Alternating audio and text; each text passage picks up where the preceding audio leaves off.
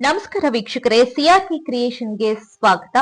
ಇನ್ನ ಮೊದಲನೇದಾಗಿ ಎಸ್ಐಟಿ ತನಿಖೆಯ ಎಂಕ್ವೈರಿ ಎಲ್ಲಿವರೆಗೂ ಬಂತು, ಹೇಗೆಲ್ಲ ನಡೀತಾ ಇದೆ ಅನ್ನೋದನ್ನ ನೋಡೋದಾದ್ರೆ ಮೊದಲಿಗೆ ಚೆನ್ನಯ್ಯನಿಂದನೇ ಶುರು ಮಾಡೋಣ. ಇನ್ನ ಚೆನ್ನೈನ್ ಬಗ್ಗೆ ನೀವು ತುಂಬಾ ದಿನಗಳಿಂದ ಕೇಳ್ತಾನೆ ಇದ್ದೀರಾ, ಚಾನೆಲ್ಗಳಲ್ಲಾಗಿರ್ಬೋದು ಅಥವಾ ಸೋಷಿಯಲ್ ಮೀಡಿಯಾಗಳಲ್ಲಾಗಿರ್ಬೋದು, ನೀವು ತುಂಬಾ ವಿಷಯಗಳನ್ನ ಕೇಳ್ತಾ ಇದ್ದೀರಾ. ಅದು ಹಾಗೆ ಹೀಗೆ ಅಂತ. ಸದ್ಯಕ್ಕೆ ನಾನೇನ್ ಹೇಳ್ಬೋದು ಅಂದ್ರೆ ಇವೆಲ್ಲ ಊಹಾಪೋಹಗಳು. ಯಾಕಂದ್ರೆ ಎಸ್ಐಟಿ ಅಧಿಕಾರಿಗಳು ಅಥವಾ ತನಿಖೆ ಮಾಡ್ತಿರುವಂತಹ ಅಧಿಕಾರಿಗಳು ಯಾರು ಕೂಡ ಅಫಿಷಿಯಲ್ ಆಗಿ ಯಾವುದೇ ರೀತಿಯಾದಂತಹ ಮಾಹಿತಿಗಳನ್ನ ಯಾರಿಗೂ ಕೂಡ ಬಿಟ್ಕೊಟ್ಟಿಲ್ಲ.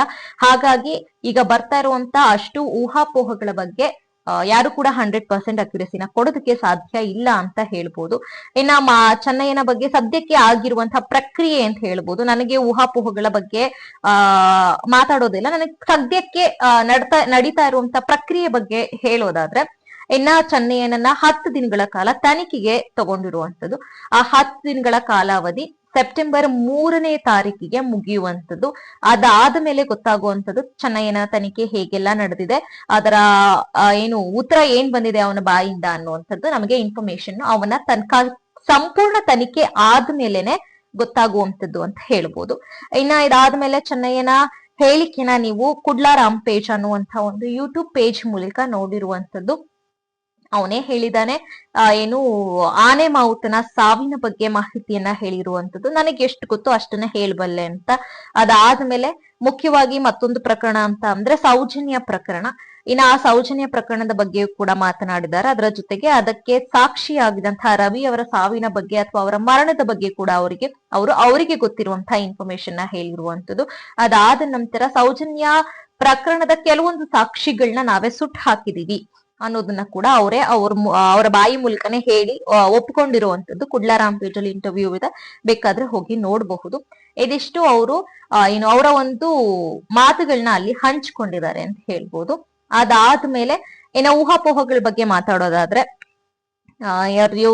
ಚೆನ್ನಯ್ಯ ಯಾರಿದ್ದಾರೆ ಅವರು ಕೆಲವೊಂದು ಮಂದಿಗಳ ಹೆಸರು ಹೇಳಿದ್ದಾರೆ. ಅವರ ಮೇಲೆ ಈಗ ನೋಟಿಸ್ ಹೋಗಿದೆ ಅವರಿಗೆ, ಮತ್ತೆ ಅಲ್ಲಿ ತನಿಖೆ ನಡೀತಾ ಇದೆ ಅಂತ ಕೂಡ ಹೇಳಲಾಗ್ತಾ ಇದೆ. ಅದರ ಜೊತೆಗೆ ಗಿರೀಶ್ ಮಠನ್ ಅವರು ಇವರಿಗೆ ಆಶ್ರಯವನ್ನ ಕೊಟ್ಟಿದ್ರು ಇಷ್ಟು ದಿನ. ಸೊ ಹಾಗಾಗಿ ಅವ್ರ ಮನೆಯಲ್ಲೂ ಕೂಡ ತನಿಖೆ ನಡೆಯುವಂತದ್ದು. ಅದ್ರ ಜೊತೆಗೆ ತಿಮ್ಮರೋಡಿ ಅವ್ರ ಮನೆಯಲ್ಲೂ ಕೂಡ ತನಿಖೆ ಆಗ್ತಾ ಇದೆ. ಇನ್ನ ಸಮೀರ್ ಎನ್.ಡಿ ಅವರ ಮನೆಯಲ್ಲೂ ಕೂಡ ಅವರ ಮೇಲೂ ಕೂಡ ನೋಟಿಸ್ ಜಾರಿಯಾಗಿದೆ. ಹೀಗೆಲ್ಲ ಇನ್ಫಾರ್ಮೇಶನ್ ಹೋಗ್ತಾ ಇದೆ. ಅದ್ರ ಜೊತೆಗೆ ಚೆನ್ನಯ್ಯನೇ ಹೇಳಿರುವಂತದ್ದು, ನನಗೆ ಇವ್ರು 3 ಜನ ಕೂಡ ಪ್ರಚೋದನೆ ಕೊಟ್ಟಿದ್ದಾರೆ ಹಾಗೆ ಹೀಗೆ ಅಂತ. ಈ ವಿಷಯಗಳನ್ನು ಕೂಡ ನೀವೆಲ್ಲ ಈಗ ಆಲ್ರೆಡಿ ಕೇಳಿರುವಂತದ್ದು. ಅದ್ರ ಜೊತೆಗೆ ನನ್ಗೆ ಇಂತಿಷ್ಟು ಜನ ಇಂತಿಷ್ಟು ದುಡ್ಡನ್ನ ಕೊಟ್ರು, ಆ ದುಡ್ಡಿಗೋಸ್ಕರ ನಾನು ಈ ಕೆಲಸನ ಮಾಡಿದೀನಿ ಹಾಗೆ ಹೀಗೆ ಅಂತ. ಇನ್ನು ಸದ್ಯಕ್ಕೆ ಪೊಲೀಸ್ನವರು ಅಥವಾ SIT ತಂಡದ ಅಧಿಕಾರಿಗಳು ಏನ್ ಮಾಡ್ತಾ ಇದ್ದಾರೆ ಅಂದ್ರೆ ಇವನ ಮೂಲನ ಹುಡುಕ್ತಾ ಇದ್ದಾರೆ. ಏನಪ್ಪಾ ಅಂತ ಅಂದ್ರೆ ಮುಂಚೆ ಎಲ್ಲಿದ್ರು, ಯಾವ ಸಂದರ್ಭದಲ್ಲಿ ಇವರು ಧರ್ಮಸ್ಥಳವನ್ನ ಬಿಟ್ಟು ಹೋದ್ರು, ಯಾಕೆ ಬಿಟ್ಟು ಹೋದ್ರು, ಇದಾದ ಮೇಲೆ ಎಲ್ಲೆಲ್ಲಿ ಇವರು ವಾಸವನ್ನ ಮಾಡಿದ್ರು, ಅಲ್ಲಿಂದ ಬಂದಿದ್ದಾದ್ರು ಯಾಕೆ, ಎಷ್ಟು ದಿನಗಳ ಮುಂಚೆ ಇವರು ಈ ಸ್ಥಳಕ್ಕೆ ಬಂದಿದ್ರು, ಆವಾಗ ಎಲ್ಲಿದ್ರು, ಏನೆಲ್ಲ ಕೆಲಸ ಮಾಡಿದ್ರು, ಅದಾದ್ಮೇಲೆ ಇವರ ಹೇಳ್ತಿದಾರಲ್ವಾ ದುಡ್ಡಾಗಿದೆ ಹಾಗೆ ಹೀಗೆ ಅಂತ, ಅದ್ರ ತನಿಖೆನೂ ಕೂಡ ಆಗುತ್ತೆ ಅನ್ನೋ ಮಾತು ಕೇಳಿ ಬರ್ತಾ ಇದೆ. ಸೊ ಇಷ್ಟೆಲ್ಲಾ ಕೆಲಸಗಳನ್ನ SIT ಅಧಿಕಾರಿಗಳು ಸದ್ಯಕ್ಕೆ ಮಾಡ್ತಾ ಇರುವಂತದ್ದು. ಇದಾದ ಮೇಲೆ ಮತ್ತೊಂದು ಮುಖ್ಯವಾದ ಬೆಳವಣಿಗೆ ಅಂತಾನೆ ಹೇಳ್ಬೋದು. ಮುಖ್ಯವಾದ ಬೆಳವಣಿಗೆ ಏನಪ್ಪಾ ಅಂತ ಅಂದ್ರೆ, ಸೌಜನ್ಯ ಅವರ ತಾಯಿ ಬಂದು ಇವತ್ತು SIT ತನಿಖಾಧಿಕಾರಿಗಳಿಗೆ ದೂರನ್ನ ಸಲ್ಲಿಸಿರುವಂತದ್ದು. ಅಂದ್ರೆ ಕಂಪ್ಲೇಂಟ್ ಕೊಟ್ಟಿದ್ದಾರೆ. ಏನಪ್ಪಾ ಅಂದ್ರೆ, ಸೌಜನ್ಯ ಪ್ರಕರಣಕ್ಕೆ ನಮಗಿನ ನ್ಯಾಯ ಸಿಕ್ಕಿಲ್ಲ, ಆ ನ್ಯಾಯ ಕೋರಿ ನಾವ್ ಈ ಒಂದು ಕಂಪ್ಲೇಂಟ್ ನ ಕೊಡ್ತಾ ಇದೀವಿ. ತನಿಖೆ ಎಲ್ಲ ಆಗ್ತಾ ಇದೆ, ಆದ್ರೂ ಕೂಡ ದೂರುದಾರರು ಯಾರು ಅನ್ನೋದು ಕೂಡ ಇನ್ನ ಖಚಿತವಾಗಿ ನಮಗೆ ಗೊತ್ತಾಗ್ತಾ ಇಲ್ಲ. ಅದನ್ನ ದಯಮಾಡಿ ಏನು ನೀವು ನ್ಯಾಯ ಕೊಡಿಸ್ಬೇಕು ಅನ್ನುವಂತಹ ರೀತಿಯಲ್ಲಿ ಆ ಒಂದು ಪ್ರತಿ ಇರುವಂತದ್ದು. ಇದಾದ ಮೇಲೆ ಮತ್ತೊಂದು ಬೆಳವಣಿಗೆ ಅಂತಾನೆ ಹೇಳ್ಬೋದು. ಈ ಒಂದು ಕೇಸ್ ನಲ್ಲಿ ಭೀಮಾ ಅಲಿಯಾಸ್ ಚೆನ್ನಯ್ಯ ಅಂತ ಏನ್ ಹೇಳ್ತೀವಿ, ಇವನನ್ನ A1 ಅಪರಾಧಿಯಾಗಿ ಕನ್ಸಿಡರ್ ಮಾಡಿದ್ದಾರೆ ಅನ್ನುವಂಥದ್ದು ಮತ್ತೊಂದು ದೂರು ಅಂತ ಹೇಳ್ಬೋದು, ಅಥವಾ ಊಹಾಪೋಹಗಳು ಅಂತ ಹೇಳಿದ್ರು ತಪ್ಪಾಗೋದಿಲ್ಲ. ಅದನ್ನ ಯಾಕಂದ್ರೆ ಅದು SIT ಮೂಲಕ ಬಂದಿಲ್ಲ.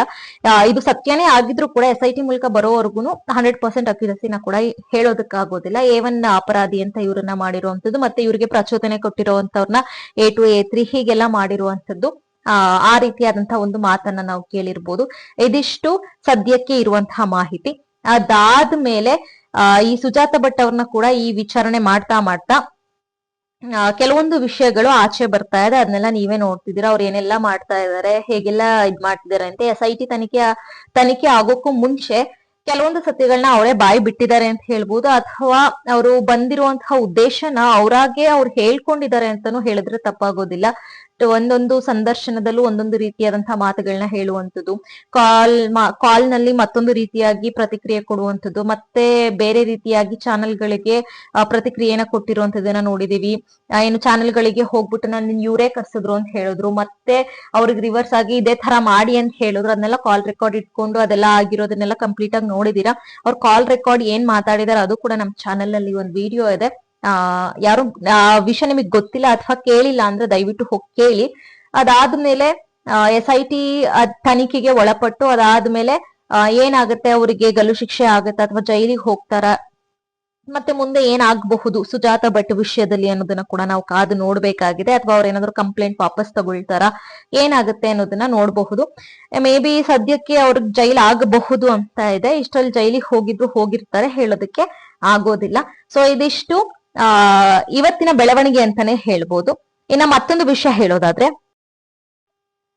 ಇನ್ನು ಸೌಜನ್ಯ ಪ್ರಕರಣದ ಮತ್ತೊಂದು ಬೆಳವಣಿಗೆ ಅಂತಾನೆ ನೋಡೋದಾದ್ರೆ, ಈಗ ಸದ್ಯ ಪ್ರೆಸೆಂಟ್ ಶಾಸಕರು ಹರೀಶ್ ಪುಂಜಾ ಅವರಿದ್ದಾರೆ. ಬೆಳ್ತಂಗಿಯ ವಿಧಾನಸಭಾ ಶಾಸಕರಾಗಿ ಹರೀಶ್ ಪುಂಜಾ ಅವರು ಇರುವಂತದ್ದು. ಇದಕ್ಕಿಂತ ಮುಂಚೆ 2008ರಲ್ಲಿ ಇದೇ ಬೆಳ್ತಂಗಿಗೆ ವಸಂತ್ ಬಲ್ಗೇರ ಅನ್ನುವಂಥವರು ಶಾಸಕರಾಗಿದ್ರು.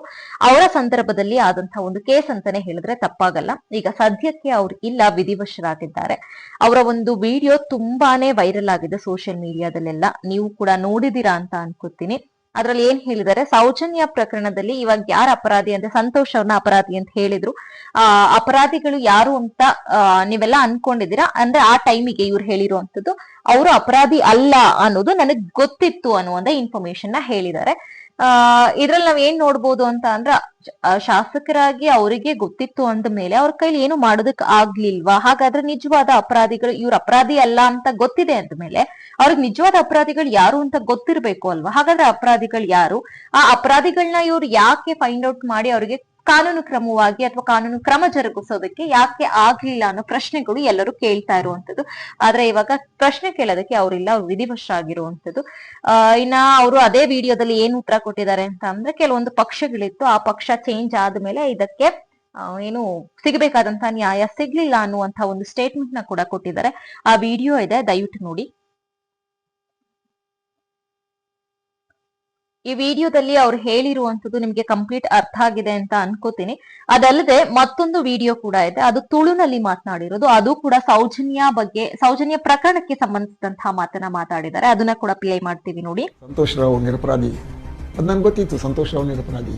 ಸಂತೋಷ್ ರಾವ್ ನಿರಪರಾಧಿ ಎಂದು ಗೊತ್ತಿದ್ದರು ಅಂದು ಶಾಸಕರಾಗಿದ್ದ ನೀವು, ನಿಮ್ಮದೇ ಸರ್ಕಾರ ಇದ್ದರೂ ಇಷ್ಟು ವರ್ಷ ನೀವೇಕೆ ಸುಮ್ಮನಿದ್ದೀರಿ? ಆ ಸಂದರ್ಭದಲ್ಲಿ ಮನಮೋಹನ್ ಸಿಂಗ್ ಪ್ರಧಾನಿಯಾಗಿದ್ದರು. ಒಂದು 6 ತಿಂಗಳಾಗುವಾಗ ಆ ಸರ್ಕಾರ ಹೋಯ್ತು. ಆ 6 ತಿಂಗಳಲ್ಲಿ ಒಳ್ಳೆ ರೀತಿಯಲ್ಲಿ ಇದು CBI ಕೆಲಸ ಮಾಡಿದೆ. ಅವರಿಗೆ ಒಳ್ಳೆಯ ವಿಚಾರವನ್ನು ಕ್ರೋಢೀಕರಿಸಿದ್ದಾರೆ. ಆದ್ರೆ ಮನಮೋಹನ್ ಸಿಂಗ್ ಸರ್ಕಾರ ಹೋಗಿ ಮೋದಿ ಸರ್ಕಾರ ಬಂದಾಗ ಇದನ್ನೆಲ್ಲ ನೋಡಾದ್ಮೇಲೆ ನಮ್ ಎಲ್ಲರ ಮನಸ್ಸಲ್ಲೂ ಕಾಡುವಂತ ಒಂದು ಪ್ರಶ್ನೆ ಏನಪ್ಪಾ ಅಂದ್ರೆ, ಇನ್ನು ಆಗಿನ ಟೈಮ್ ಇಂದ ಇಲ್ಲಿವರೆಗೂ 2025ನೇ ಇಸ್ವಿ ಆಗಿದೆ, ಇಲ್ಲಿಯವರೆಗೂ ಈ ಒಂದು ಪ್ರಶ್ನೆಗೆ ನಮಗೆ ಉತ್ತರನೇ ಸಿಕ್ಕಿಲ್ಲ. ಯಾಕೆ ಅನ್ನೋ ಪ್ರಶ್ನೆ ಕಾಡತ್ತೆ. ಯಾಕೆ ಉತ್ತರ ಸಿಗೋದಕ್ಕೆ ಇಷ್ಟೊಂದು ಕಷ್ಟ ಆಗ್ತಿದೆ? ಯಾಕೆ ನಮ್ ಕಾನೂನಿನ ಕ್ರಮಗಳು ಸರಿಯಾಗಿಲ್ವಾ? ಅಥವಾ ನಮ್ ಕಾನೂನೇ ಸರಿಯಾಗಿಲ್ವಾ? ಅಥವಾ ನಡ್ಸೋರು ಕಾನೂನು ಕ್ರಮನ ಸರಿಯಾಗಿ ನಡೆಸ್ತಾ ಇಲ್ವಾ? ಇಲ್ಲ ಆ ಅಪರಾಧಿಗಳು ಯಾರಿದ್ದಾರೆ ಅವ್ರು ಅಷ್ಟೊಂದು ಸ್ಟ್ರಾಂಗ್ ಇದಾರ ಅನ್ನೋ ಪ್ರಶ್ನೆ ಎಲ್ಲರಿಗೂ ಕಾಡುವಂಥದ್ದು. ಇದಕ್ಕೆ ಉತ್ತರನ ಇವಾಗ ರಚನೆ ಆಗಿರುವಂತಹ SITಯ ತನಿಖೆಯ ಅಧಿಕಾರಿಗಳೇ ಕೊಡಬೇಕು. ಇದಕ್ಕೆ ಅವರು ಉತ್ತರ ಕೊಡ್ತಾರಾ ಇಲ್ಲ?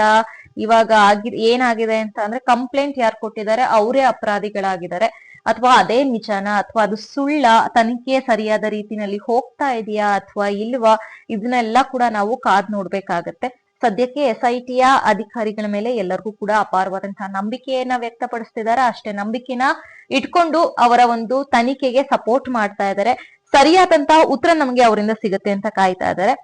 ಅದನ್ನ ಕೂಡ ಸದ್ಯಕ್ಕೆ ನಾವು ಕಾದು ನೋಡ್ಬೇಕು. ಇದರ ಜೊತೆಗೆ ಮಹತ್ತರವಾದಂತಹ ಬೆಳವಣಿಗೆಗಳನ್ನ ಪ್ರತಿದಿನ SITಯ ತನಿಖೆಯ ಅಧಿಕಾರಿಗಳಿಂದ ನೋಡ್ತಾ ಇದೀವಿ. ಅವರ ಕಾರ್ಯಾಚರಣೆ ಹೇಗ್ ನಡೀತಾ ಇದೆ ಅಂತ ಕೂಡ ನೋಡ್ತಾ ಇದೀವಿ. ಇದಾದ್ಮೇಲೆ NIA ಮತ್ತೆ ED ಈ ಒಂದು ತನಿಖೆಗೆ ಎಂಟ್ರಿ ಆಗಬೇಕು ಅನ್ನೋದು ಎಲ್ಲಾ ಮೂಲಗಳಿಂದ ಕೇಳಿ ಬರ್ತಿರುವಂತಹ ಒಂದು ಕೂಗು ಅಂತಾನೆ ಹೇಳ್ಬೋದು. ಹಾಗಾದ್ರೆ NIA ಅವರು ಬರ್ತಾರ, ED ಅವರು ಕೂಡ ಈ ಒಂದು ತನಿಖೆಗೆ ಜಾಯಿನ್ ಆಗ್ತಾರ, ಅವ್ರ ಮೂಲಕನೂ ಕೂಡ ತನಿಖೆ ಇನ್ನು ಸ್ಟ್ರಾಂಗ್ ಆಗುತ್ತಾ ಅನ್ನೋದನ್ನ ನಾವೇನ್ ಮಾಡ್ಬೇಕು, ಈಗ ಸದ್ಯಕ್ಕೆ ಕಾದು ನೋಡ್ಬೇಕಾಗತ್ತೆ.